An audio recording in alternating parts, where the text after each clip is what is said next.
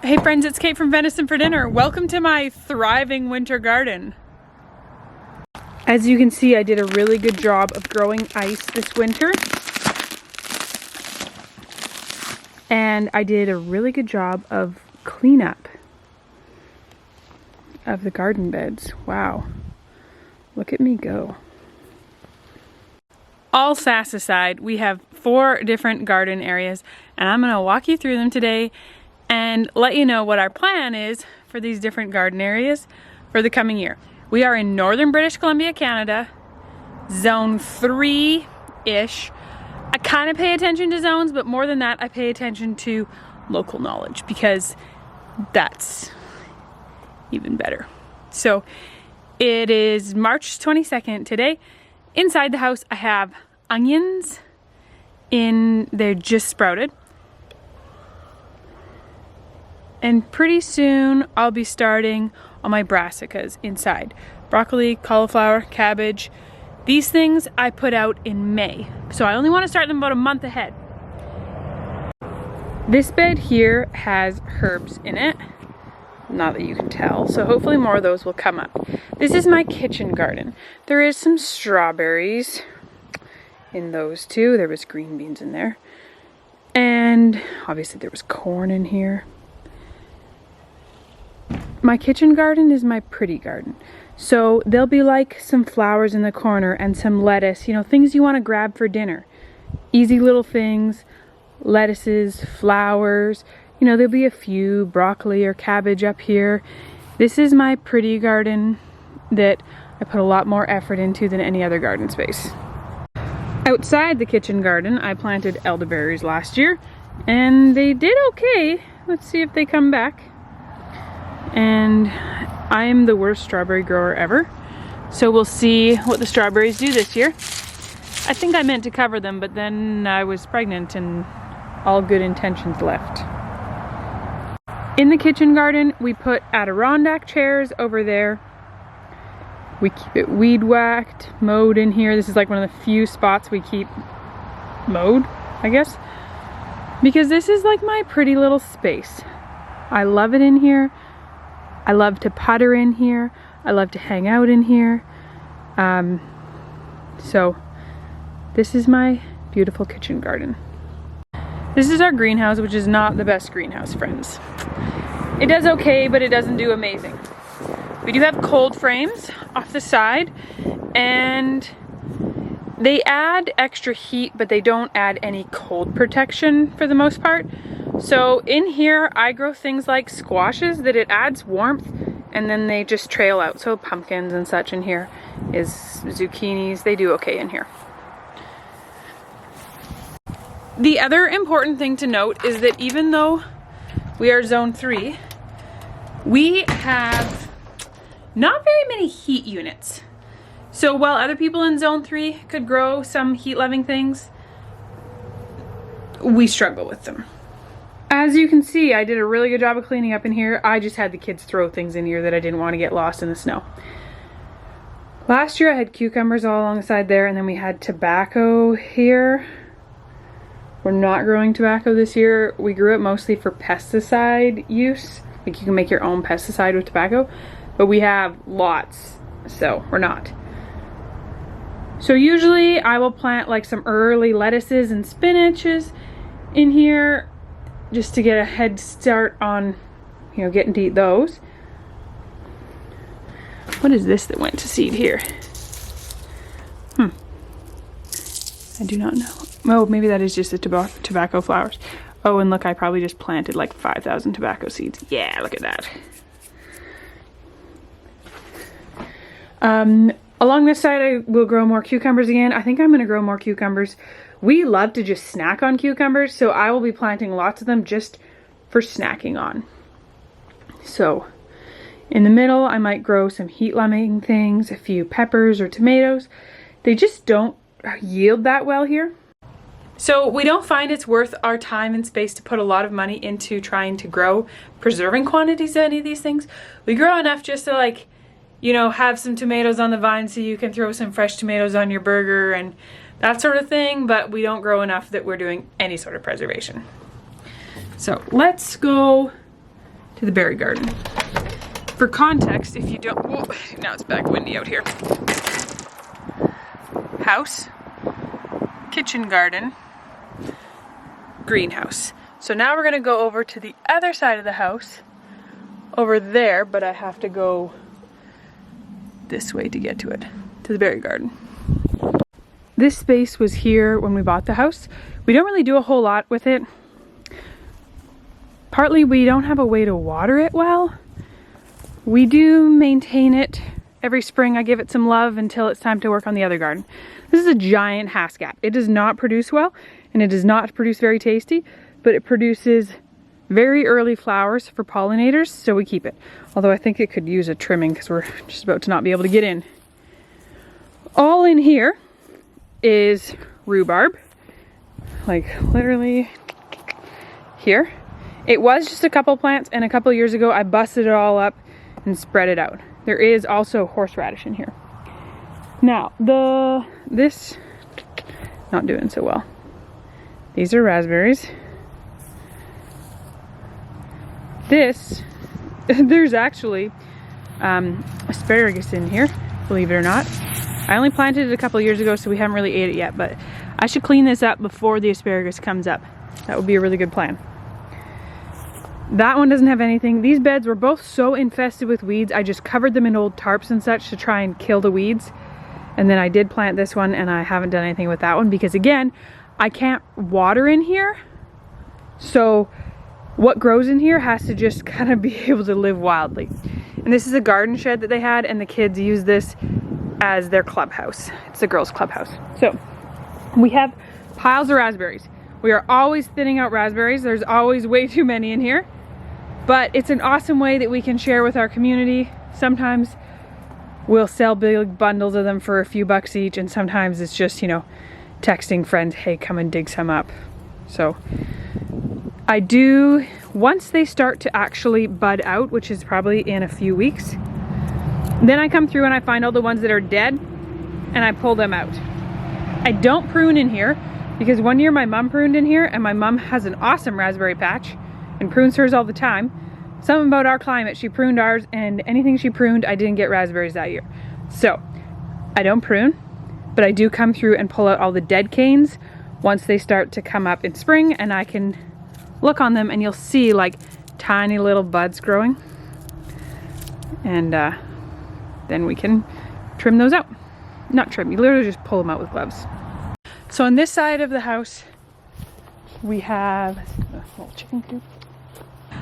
We have our chicken pens that we move through this. This is about as far as they go. They get pulled way back and then they get dragged back out. And we have a hayfield over here. So this is a little hayfield. There's a kids' clubhouse. And we mostly just rotationally graze through this. We are at the point in spring where things are melting out of the ground and you're finding things all over the place every day. Look, another one. We've been working on yard tidy-ups, but it is not a one-day process. It is not. So let's walk down to the big garden. Oh, hi, Bugalug. Yeah. Hello.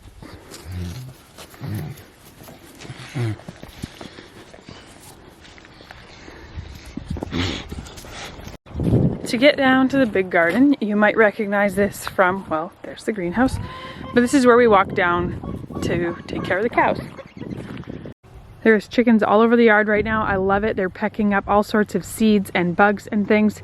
So good for them after a winter of where they don't want to go outside when there's snow. They're all over the place. We have quite a few chickens and roosters and such, and they definitely like divide themselves off into harems, so to speak, which is really interesting to see. And I just came to check on the cows. Hey, boys are not home today, so I have to feed some cows. But chickens, yes, divide themselves off into little harems. It's quite interesting to see.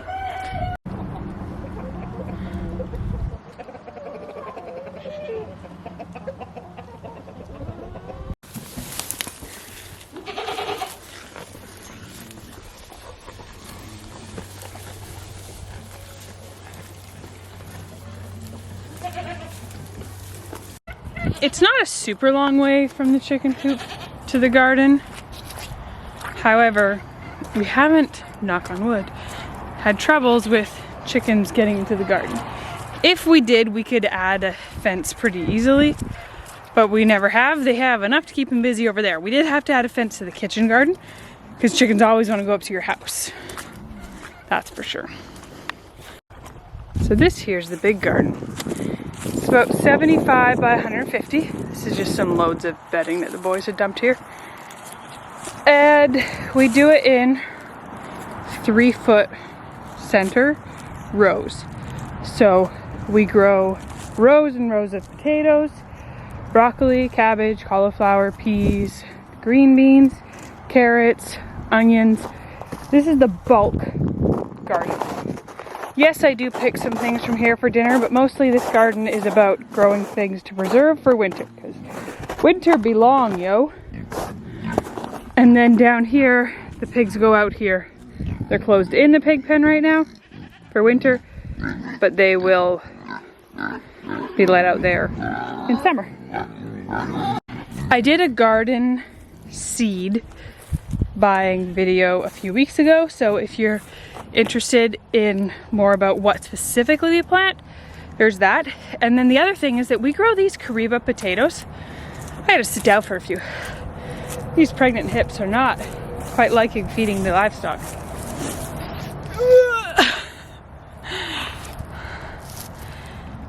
The main varieties of potatoes we grow are Siglinda, which is a yellow skin, yellow flesh. French, which is one that Marius's family has grown forever. Purpley brown skin, white flesh with a bit of a purple through it. Siglinda, like a Yukon Gold, buttery, waxy. French is like a russet baking potato, drier, fluffier. Kariba, which is one Marius's family has grown forever that has never produced very well. So we actually decided this year, because they've been using the same seed stock forever, I said to my father-in-law, what if we have a bad strain of Kariba? Because this year's seed potato site says high yielding potato, and they yield so low for us. For us, for him, like different gardens, not just right here. So we ordered some Siglinda, it's not Siglinda, we ordered Karibas from seedpotatoes.ca, Eagle Creek Seeds I think it's called, in Alberta. We ordered 5 kilos of that. There's about 6 to 10 potatoes per kilo. So we're gonna split that. And then 1 kilo of a bunch of different ones to just try out to see what we like. One's called Blue Mac, which is really fun because our Mac is the 4th Mac in a row. And all the Macs, my husband Marius is the only one called Marius, not Mac. They're all Marius Mac. But Marius is the only one called Marius. So Blue Mac, we ordered like 1 kilo of that. I think we got 6 different potatoes. I'll show you them when they come. I'm super excited to try these different ones. So we ordered just 1 kilo of all those ones we want to try, because then we have a few seed, my father-in-law has a few seed, and if we like them, that's enough plants that like we've grown 3 to 5 hills. We can eat some and then we can save seed, and then the next year we could plant lots of them if we wanted. So we did that with a variety that we started with only a few of these red skin, yellow flesh potato. We don't even know what they're called. We were told they are fingerling, but if they're a fingerling, they're more like a footling. They're huge. And we started with just a few of them. We liked them, so we saved some and we grew more. And then we grew more. And then this year we decided we're growing way more of them because we just love them. They're super early to harvest, which is fun because we're eating potatoes weeks before anybody else has potatoes ready. And so there you go. So I have enjoyed sitting on a stump chatting with you about gardening, but I actually have hay in my boots right now and it's very itchy. Also, I have Parmesan cheese going up at the house. It's culturing, but I just realized I never set a timer. So we should go check on that. This is another one of our hay fields. We have 34 acres total. Our property's a long triangle. This is the fat end of it. There's a highway there. Skinny end of it. back into the bush there. This is my children's obnoxious bear target that Marius built this backdrop for them because it's very easy to lose arrows when you're shooting bows. So he figured for what arrows cost, and I think he spent $100 building this. He figured it would pay for itself very easily. Max said he wanted to build one, and he was like, maybe I can take apart an old shed or something. And then Marius is like, you know what, I'll pick up some supplies and we'll build this together. So when they were first doing it, Rowan's like, it's my dance floor, because, you know, it was flat on the ground. But this is their bow target, and they're pretty pleased with it. Thanks for watching this quick little garden tour, friends. I just wanted to show you what it looked like at the beginning of season, because of course I'm going to be showing you a bunch during the growing season, and it's fun to see what you start with, and especially those of us who there's very much not gardening in winter. Although I'm pretty glad there's no gardening in winter. I'm always ready for a break by fall. Have a lovely day, friends. Thanks so much for watching.